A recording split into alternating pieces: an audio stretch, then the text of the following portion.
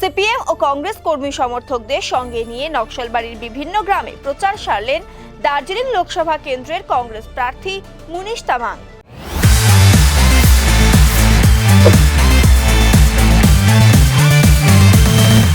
এদিন রথখোলা, বেঙ্গাইজোত, ফুটানি মোড় সহ বিভিন্ন এলাকায় প্রচার সারেন প্রার্থী মুনিশ তামাং।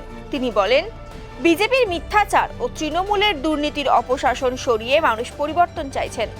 বিজেপি মিথ্যে কথা ছাড়া কিছুই করেনি, পাহাড়ে মিথ্যে আশ্বাস দিয়েছে। আমি উন্নয়ন নিয়ে ভোট প্রার্থনা করছি। বিজেপি ও তৃণমূলকে হারিয়ে জয়ের ব্যাপারেও আশাবাদী বলে জানান তিনি।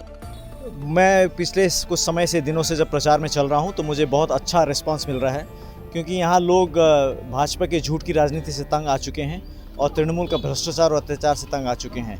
सब एक परिवर्तन चाहते हैं, एक नया विकल्प चाहते हैं। उसी विकल्प को हम लेकर आए हैं।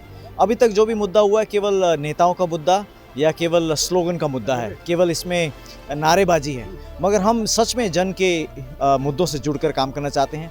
इन जगहों में जो चाय बागानों का जगह है, जो पिछड़ी जातियों का जगह है और जो यहाँ मजदूरी का जगह है, इनके जो मुद्दे हैं, ज़मीन का मुद्दा है, इनका रोज़गार का मुद्दा है, इनके रोज़गार के वेतन का मुद्दा है, इस सभी को लेकर हम काम कर रहे हैं। हम पूरा आश्वस्त हैं कि जनता इन मुद्दों को पहचानती है, जनता के मुद्दे हैं ये, और वो हमारा समर्थन जरूर करेंगे। समय हमें जो भी मिला उस समय का हम उपयोग कर रहे हैं, और जैसे मैं सबको कहता हूँ कि हम देर आए मगर दुरुस्त आए।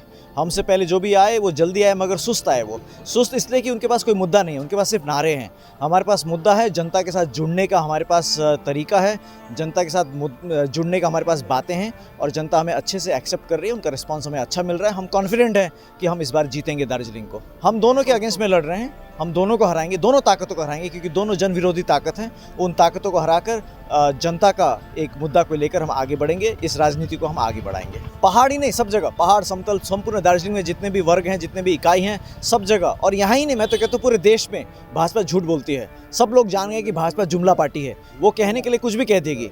आज आपको वो ये भी कह देगी कि हम स्वर्ग नीचे उतार देंगे, ये भी कहेगी, मगर करने में हकीकत में उन्होंने कुछ भी नहीं किया। लोग को जो कुछ कहा, पहाड़ में उदाहरण के रूप में उन्होंने पीपीएस कहा, और पीपीएस क्या है अभी तक वो खुद भी नहीं बता पाए।